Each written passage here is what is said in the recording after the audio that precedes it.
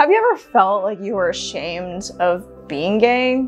Or have you ever avoided being part of a gay group, an LGBT group? I have to say, unfortunately, I've been there and I know I'm not alone. I know there are plenty of other people out there who have dealt or are dealing with internalized homophobia. I hated being gay. Hi, my name's Lisa and I make YouTube videos about LGBT, dating, LGBT topics in my dating journey. In this video, I'm going to cover on my experience dealing with internalized homophobia. Let's get into it. Now, I was born in 1993. I'm a millennial, and I grew up around my conservative Asian parents. I was in Sarasota, Florida, and I would say it's still pretty red there. I was growing up in a place and a time where homosexuality still was very much taboo.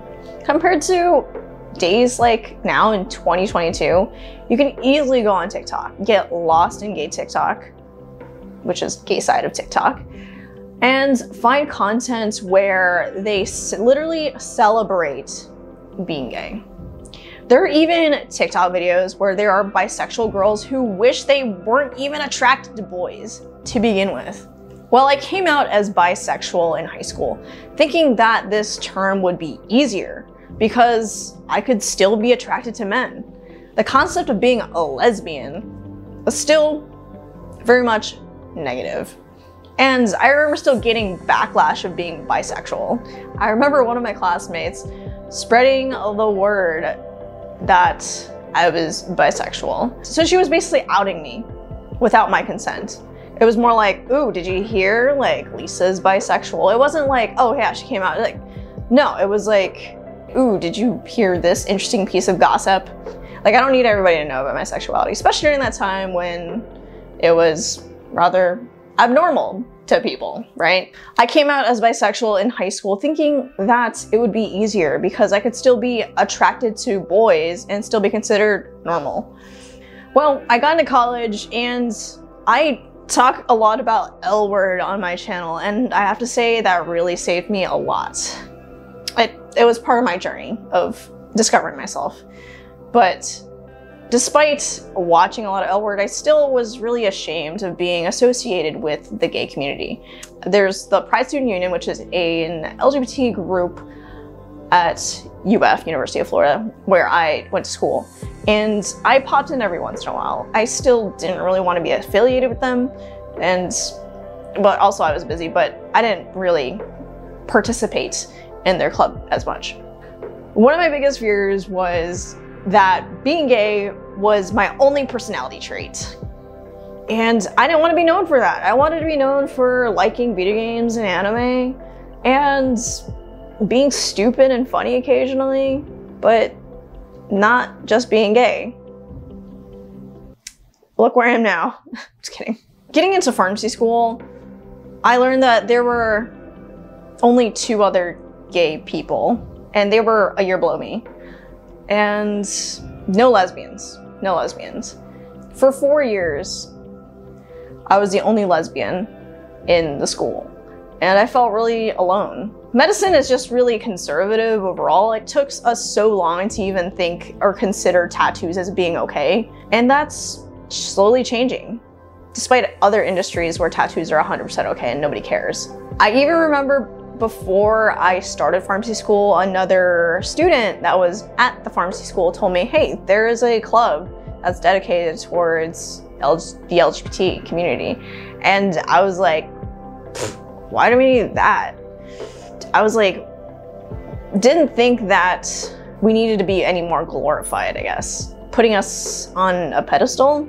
And to be honest, through all those years, I heavily avoided buying flannel because it was such a stereotypical thing that lesbians would own.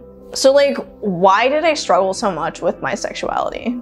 Part of it has to do with my upbringing around my conservative parents. I'd been concealing my sexuality for a long time since I was in school. I was just trying to focus on my studies, didn't bring up anything related to dating with my parents because I knew they wouldn't be accepting.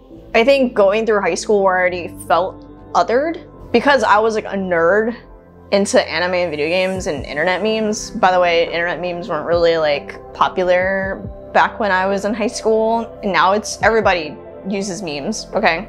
I was already like an outcast compared to these more normal or popular kids in high school. So I didn't want to go through that feeling again.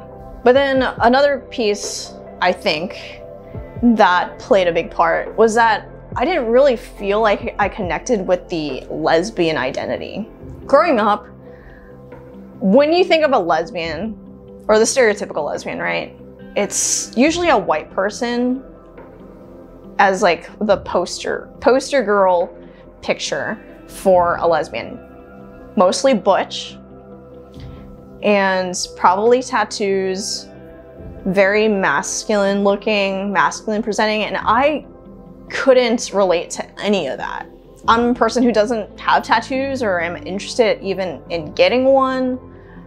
I'm perfectly okay with the way that I present. For now, I'm not really interested in wanting to dress masculine besides like wanting to wear suits, but the whole short haircut and like the buzz cuts and everything, like you think of Ruby Rose, right? Like I didn't see myself being anything like that. And considering that there's so little representation in the lesbian community, this is what inspired me to start this YouTube channel. If you literally go and look up lesbian XYZ on YouTube, you are more than likely going to see a lot more Caucasian lesbians. I never felt like I was supposed to be in this community, I guess. Like as if I didn't exist. Until I found people like Cora Fitness, I believe is her Tumblr name. Or she's Asian and super into fitness and she's gay. Like 3 things that I can relate to and that are like totally me.